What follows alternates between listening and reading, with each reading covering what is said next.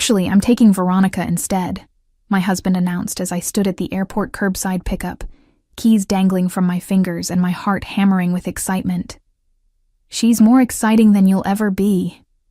My name is Celeste Morgan, and I'm 39 years old. I work as a marketing director for Crimson Harbor Group, a boutique hospitality consulting firm in Portland, Oregon.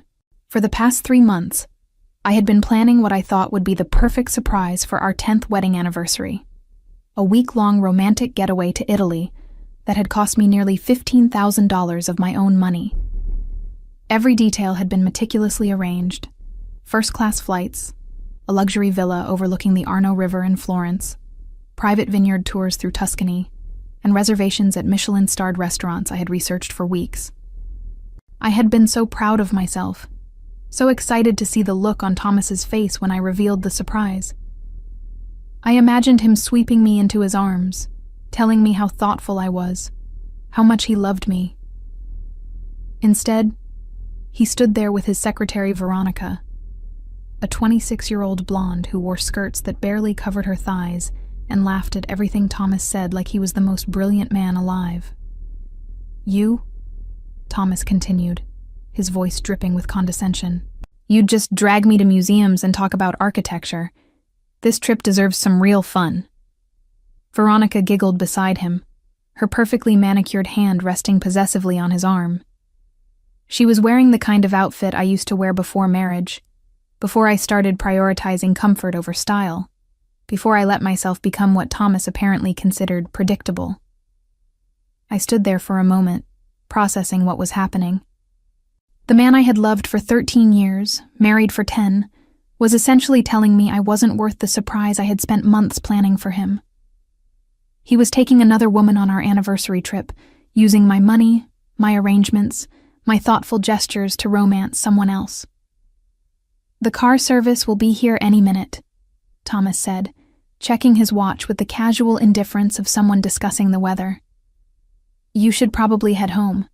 Maybe order takeout and watch one of those period dramas you love so much." Something cold settled in my chest. Not heartbreak, not yet, but something sharper and more dangerous. I looked at my husband, really looked at him, and saw a stranger wearing the face of the man I had once believed would love me forever. His dismissive smile, the way he barely met my eyes, the casual cruelty in his voice. It was like seeing him clearly for the first time in years. I didn't say anything. I simply nodded, handed him the printed itinerary I had so carefully prepared, and watched them drive away in the town car I had booked, their laughter echoing through the tinted windows as they disappeared toward the airport. The drive home from the airport felt surreal, like I was floating outside my own body watching someone else's life fall apart. I had met Thomas 14 years ago at a wine tasting in downtown Portland. He was charming, ambitious, and had this way of making me feel like the most interesting woman in the room. He worked for a mid-sized investment firm, climbing the corporate ladder with the kind of ruthless determination I found attractive at 25. Our courtship had been a whirlwind of romantic dinners, weekend getaways, and grand gestures that made me feel cherished. He proposed on Christmas morning with a 2-carat diamond ring and promises of a beautiful future together. For the first few years of marriage, I thought we were building something special, a partnership based on love, respect, and shared dreams. But somewhere along the way, things had shifted. Thomas's ambition had evolved into arrogance, his confidence into condescension.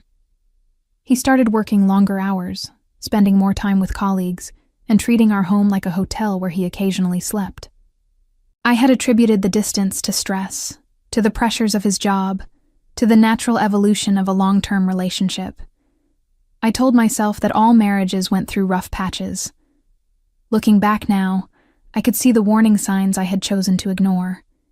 The way he rolled his eyes when I talked about my work. The subtle put-downs disguised as jokes at dinner parties. The increasing frequency with which he mentioned Veronica, how smart she was, how efficient, how she really understood the business in ways that most people didn't. I had even met her at the company holiday party 6 months ago, watching as she hung on Thomas's every word and laughed just a little too loudly at his stories.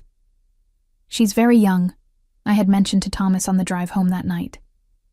Youth brings fresh perspective, he had replied. Something people our age sometimes forget. Our age. As if 39 was ancient. As if I had somehow failed by not remaining frozen at 26 forever. The signs had been there, but I had been too invested in the fairy tale to see them clearly. I had spent so much energy trying to be the perfect wife, cooking elaborate dinners, maintaining a beautiful home, supporting his career while building my own, that I had failed to notice he had stopped seeing me as a partner and started viewing me as an obligation. As I pulled into our driveway, I sat in the car for a moment, staring at the house we had bought together 5 years ago. The garden I had lovingly cultivated, the front door I had painted sage green because Thomas said it was sophisticated, the bay window where I had imagined we might someday watch our children play in the yard. It all felt like evidence of a life I had been living alone. But beneath the hurt and humiliation, something else was stirring. Something that felt suspiciously like relief, mixed with a cold, calculating fury that surprised me with its intensity. I walked into our house and immediately called my travel agent, Patricia, who had helped me arrange every detail of the Italian itinerary. My hands were remarkably steady as I dialed her number, my voice calm and professional when she answered. Patricia, it's Celeste Morgan. I need to make some changes to the Italy booking we discussed. Of course, dear. What can I help you with? I need to transfer everything from my husband's name to mine. The flights, the villa, the car service, the restaurant reservations, everything. There was a pause. Oh my, is everything all right? Everything is perfect, I said, and for the first time in hours, I meant it. How quickly can you make these changes? Well, since everything was booked under your credit card anyway, it should be quite straightforward. I can have it all transferred within the hour. Should I cancel Mr. Morgan's ticket? Yes, please. And add a guest under my name instead, Catherine Webb. Catherine was my college roommate, a successful architect who had been telling me for years that I needed to take more time for myself. She had just finished a major project and had mentioned she was desperately in need of a vacation. I knew she would drop everything for a spontaneous trip to Italy, especially when she heard the circumstances. After hanging up with Patricia, I called Catherine. She answered on the second ring. Celeste, this is a surprise. Aren't you supposed to be getting ready for your romantic Italian getaway? Change of plans, I said. How would you like to spend a week in Tuscany? First-class flights, luxury villa, wine tours, the works. Are you serious? What happened to Thomas? I gave her the abbreviated version of the afternoon's events. Catherine's response was immediate and colorful, involving several words that would have made Thomas clutch his pearls and lecture her about professionalism. That absolute bastard, she finished. Of course I'll come. When do we leave? Flight's at 6 tonight. Can you make it? I'll be at the airport in 3 hours with my passport and a strong desire to drink Italian wine while plotting creative revenge scenarios. After hanging up with Catherine, I sat in my living room and felt something I hadn't experienced in years. Pure, unadulterated excitement. Not the anxious anticipation I had been feeling about surprising Thomas, but genuine joy at the prospect of an adventure with my best friend. I spent the next 2 hours packing, choosing clothes I actually wanted to wear instead of outfits I thought would please my husband. I included the red dress Thomas had always hated, saying it was too bold for someone my age. I packed the hiking boots he claimed were unfeminine, the vintage Leica camera he said made me look pretentious, and the collection of art history books he dismissed as boring. By 4 o'clock, I was ready. By 5, I was at the airport, boarding pass in hand, watching Thomas's phone number flash repeatedly on my screen as I let every call go to voicemail. The first-class cabin felt like a cocoon of luxury as Catherine and I settled into our seats with champagne flutes in hand. The irony wasn't lost on me. I was finally taking the romantic Italian vacation I had dreamed about, just not with the person I had originally planned to share it with. So, Tell me everything, Catherine said, tucking her legs under her as the plane taxied toward the runway. Start from the beginning and don't leave out any details. I want to understand exactly how we got from surprise anniversary trip to girls' weekend in Tuscany, while your husband is presumably stranded at the airport. I told her the whole story, from the months of careful planning to Thomas's casual cruelty at the curbside pickup. Catherine listened with the kind of focused attention that reminded me why we had remained close friends, despite living in different cities for the past 15 years. You know what the worst part is? I said, swirling the champagne in my glass. I wasn't even surprised. Hurt, humiliated, angry, yes, but not surprised. I think I've known for months that something was wrong, that he was pulling away. I just kept telling myself it was temporary, that if I tried harder, planned better, loved more perfectly, things would go back to how they used to be. Catherine reached over and squeezed my hand. You know that's not how love works, right? Real love doesn't require you to diminish yourself to make someone else comfortable. I know that intellectually. But when you're living it, when you're watching your marriage slowly dissolve, and you can't figure out what you did wrong. I trailed off, staring out the window as Portland's lights grew smaller below us. What you did wrong was marry a man who stopped seeing you as a person, Catherine said bluntly. From what you've told me, Thomas has been treating you like a supporting character in his life story for years. The fact that he brought his secretary on your anniversary trip isn't the problem. It's just the symptom.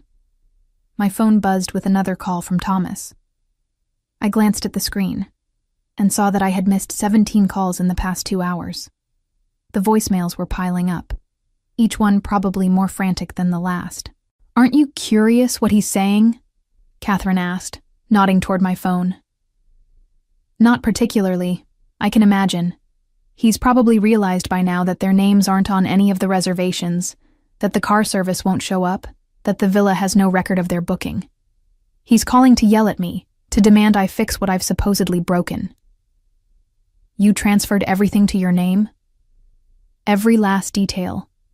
The flights were the only thing I couldn't change since they were already in the air, but everything else, the villa, the car service, the restaurant reservations, the wine tours, even the private chef I hired for 2 dinners, it's all under my name now. Catherine started laughing, a delighted sound that drew glances from other passengers. Oh my God, Celeste. They're going to land in Florence with nothing but the clothes on their backs and whatever cash they brought. No hotel, no transportation, no plans. Thomas always prided himself on being able to handle any situation, I said. Let's see how he handles this one. The flight attendant came by to refill our champagne, and I felt something loosening in my chest, a tension I hadn't even realized I'd been carrying. For the first time in months, maybe years, I wasn't worried about Thomas's reaction to something I'd done. I wasn't calculating how to phrase things to avoid his disapproval, wasn't anticipating his criticism or preparing my defenses. You know what the really crazy part is? I said to Catherine as we settled in for the long flight ahead. I feel more like myself right now than I have in years. Is that terrible? That's not terrible, Catherine said firmly. That's called waking up. We landed in Florence at 7 a.m. local time, and I felt like I was stepping into a different version of my life. The morning light was golden and warm.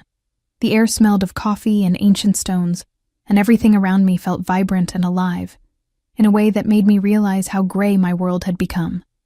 Catherine and I breezed through customs and found our driver waiting with a sign bearing my name. Luigi was exactly what I had hoped for when I booked him, charming, knowledgeable, and delighted to be driving 2 American women who were clearly ready for an adventure. Signora Morgan, he said with a smile that crinkled the corners of his eyes. Welcome to Firenze. I have been looking forward to this week. Your villa is magnificent. You will love it. The drive through Florence was breathtaking. We wound through narrow streets lined with Renaissance buildings, past the Duomo rising majestically against the morning sky, over the Ponte Vecchio with its glittering jewelry shops. Catherine pressed her face to the window like a child, pointing out architectural details and snapping photos with her phone. "I can't believe you planned all this, and we're going to spend it listening to Thomas complain about walking too much and wanting to find American food," she said. My phone had been buzzing continuously since we landed. The missed calls were now in the 30s, and the voicemail icon showed I had more messages than I could count. As we pulled up to the villa, curiosity finally got the better of me. "You know what?" I said to Catherine. "I think I'm ready to hear what Thomas has to say."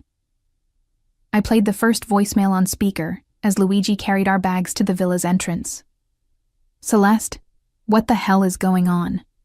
We got to the hotel and they're saying they have no reservation under my name. There's obviously been some kind of mistake. Call me back immediately." The second message. "This is insane. The car service never showed up. And now the hotel is saying everything is booked under your name instead of mine. I don't know what kind of game you're playing, but you need to fix this right now." By the fifth message, Thomas's voice had taken on the sharp edge I knew meant he was truly rattled. "Celeste, I know you're getting these messages. We're stuck at the airport with nowhere to go, and no way to reach the contacts on this itinerary because everything has your name on it. This is childish and vindictive, and you're ruining what was supposed to be a nice vacation." Catherine was practically in tears from laughing. "Oh, this is better than any revenge movie I've ever seen. He's completely helpless without your organizational skills."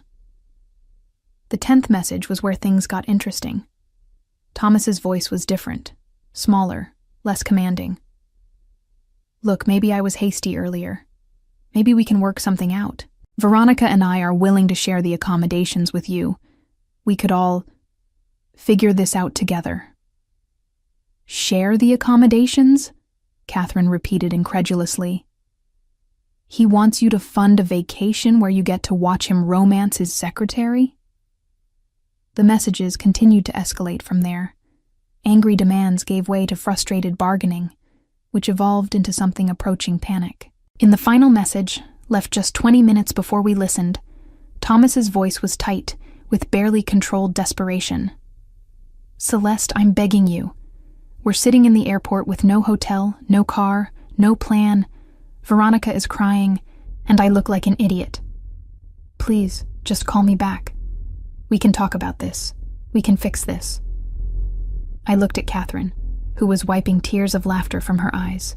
Then I looked at the stunning villa before us, with its terracotta roof and climbing roses, its view of the Arno River glittering in the morning sun. "You know what?" I said, turning my phone to silent and dropping it into my purse. "I think I'm going to let them figure it out." The villa exceeded even my carefully researched expectations. It was a converted 16th century palazzo with frescoed ceilings, marble floors, and floor-to-ceiling windows that opened onto terraces overlooking the river. Our suite had a private balcony where we could see the Ponte Vecchio in the distance, and the afternoon light painted everything in shades of gold and amber that made me understand why artists had been coming to Florence for centuries. Catherine immediately claimed the chaise lounge on the balcony and declared her intention to spend the afternoon reading and drinking wine. I was unpacking when the villa's concierge, a sophisticated woman named Francesca, knocked on our door. "Signora Morgan, I hope you are settling in well. I wanted to personally welcome you and confirm your arrangements for the week." "Everything looks perfect," I said, meaning it. "Wonderful. I also wanted to mention that we received several phone calls this morning from someone claiming to be your husband, asking about your reservation. He seemed quite agitated. We told him, as per our policy, that we cannot discuss guest information with unauthorized parties." Catherine looked up from her book with interest. "He called the villa directly?" "Multiple times," Francesca confirmed. "He was insistent that there had been some mistake, that he was supposed to be staying here instead of you. Our staff was quite confused, as all our correspondence has been with Signora Morgan exclusively." I felt a flush of satisfaction at the thought of Thomas trying to convince the villa staff that he, not I, deserved to be here. The man who had dismissed my planning abilities was now discovering exactly how thorough I had been. "If he calls again, please don't feel obligated to take the calls," I said, Of course, your privacy is our priority. After Francesca left, Catherine and I spent the afternoon exploring the villa's gardens and sampling the welcome spread of local cheeses, cured meats, and wine that had been prepared for us. As the sun began to set, painting the sky in brilliant oranges and pinks, I felt something I hadn't experienced in years. Complete contentment. My phone continued to buzz occasionally, but I had learned to ignore it. Each message from Thomas felt like it was coming from a different lifetime, from a version of myself who had believed that love meant making herself smaller to accommodate someone else's ego. "Can I ask you something?" Catherine said as we shared a bottle of Chianti on the terrace. "Are you going to divorce him?" I considered the question seriously. 24 hours ago, I would have been horrified by the suggestion. Despite our problems, I had still been committed to the idea of our marriage, to the belief that we could work through anything if we just tried hard enough. "I don't know," I said honestly, "but I know I can't go back to being the person I was yesterday. I can't pretend that what happened at the airport was just a misunderstanding or a moment of poor judgment. Thomas showed me exactly how he sees me, how he values me, and I can't unknow that." "What about Veronica?" "What about her? She's 26 years old and infatuated with a married man who just proved he's willing to humiliate his wife for her entertainment. She'll figure out soon enough what kind of person she's involved with." Catherine raised her glass. "To figuring things out." "To figuring things out," I agreed, clinking my glass against hers as the lights of Florence began to twinkle below us. That night, I slept better than I had in months, lulled by the sound of the river and the knowledge that, for the first time in years, I was exactly where I was supposed to be. The next morning brought a message that changed everything. I was having breakfast on the terrace with Catherine when my phone chimed with a text from an unknown Italian number. "Mrs. Morgan, this is Veronica. Please, I need to talk to you. Thomas won't tell me how to reach you, but I got your number from his phone. We're in a terrible situation." I showed the message to Catherine, who nearly choked on her espresso. "She's texting you? The audacity of this girl is actually impressive." Another message followed immediately. "We've been sleeping in the airport for 2 days. Thomas spent all his cash trying to book us into hotels, but everything is full because of some festival. I'm supposed to be back at work tomorrow, but we can't even get flights home without the return tickets that are apparently in your name. Please, I'm begging you." I stared at the messages, feeling a complex mix of emotions. Part of me felt vindicated. This was exactly the chaos I had hoped Thomas would experience. But another part of me, the part that had been trained by years of marriage to smooth over problems and take care of everyone, felt an unexpected pang of sympathy for Veronica. "Are you going to respond?" Catherine asked. "I'm thinking about it." A third message arrived. "I know what we did was wrong. I know Thomas treated you horribly. But I'm just a secretary who thought she was going on a nice vacation with a successful man. I didn't know it was your anniversary trip until we were already on the plane. Please don't punish me for his mistakes." That message stopped me cold. Thomas hadn't even told Veronica it was our anniversary trip. He had let her believe it was just a casual vacation, had allowed her to participate in humiliating me without even having the courtesy to explain what she was participating in. "Now I'm definitely responding," I said, my fingers moving across the phone's keyboard. "Veronica, you're right that you didn't deserve to be lied to about what this trip was. Thomas should have told you it was our 10th anniversary vacation.